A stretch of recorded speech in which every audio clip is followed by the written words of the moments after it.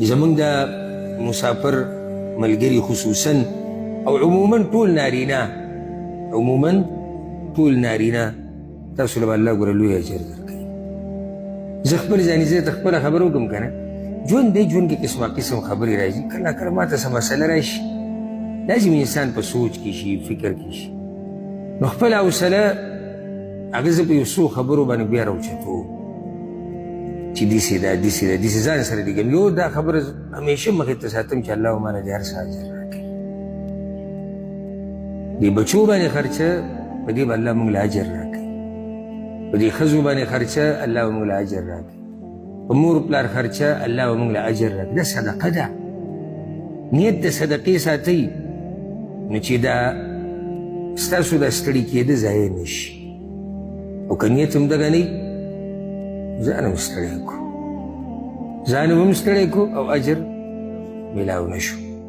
نو اجر نیت ته عبادت ساته چې دا زه چې د مور پلار خیال ساتم خرچه پې کوم دا راته الله ویلي دي نو الله به اجر درکوي. ښځې باندې خو به ته خرچه کې که نیت دې هر یو وي نو عبادت دې ولې نه جوړی؟ خرچه خو ما ورته لازم کوو که نو عبادت دې جوړ که. که بچو ته خرچه کوې عبادت دې جوړ. امید دغه ساتئ او طبیعت مه خرابوئ. ستا او زما او د نارینهو مسلمانانو خبره کوم، زمونږ انشاءالله د نیکیانو هغه میټر سټارټ دی که موږ دا عبادت وکړو.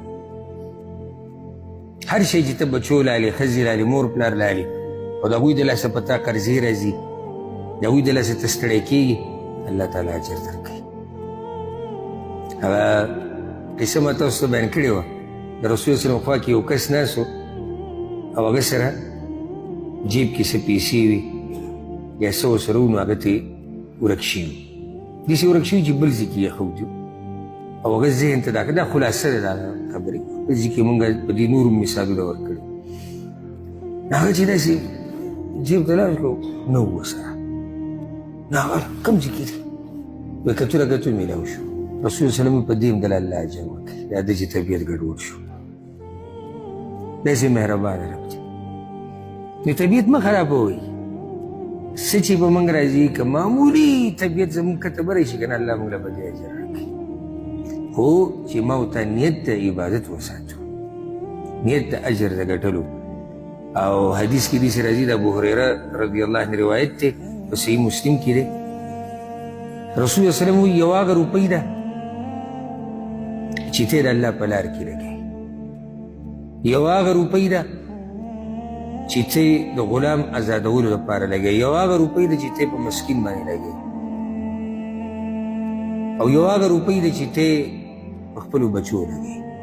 دا ټولې د الله دپاره دي، دا ټولې د الله دپاره. یو پکې هم د بېدینۍ نه ده که نه، په دې ټولو کې بهترین او ډېر اجر والا هغه ده کومه چې د خپل اهل و عیال لګوي.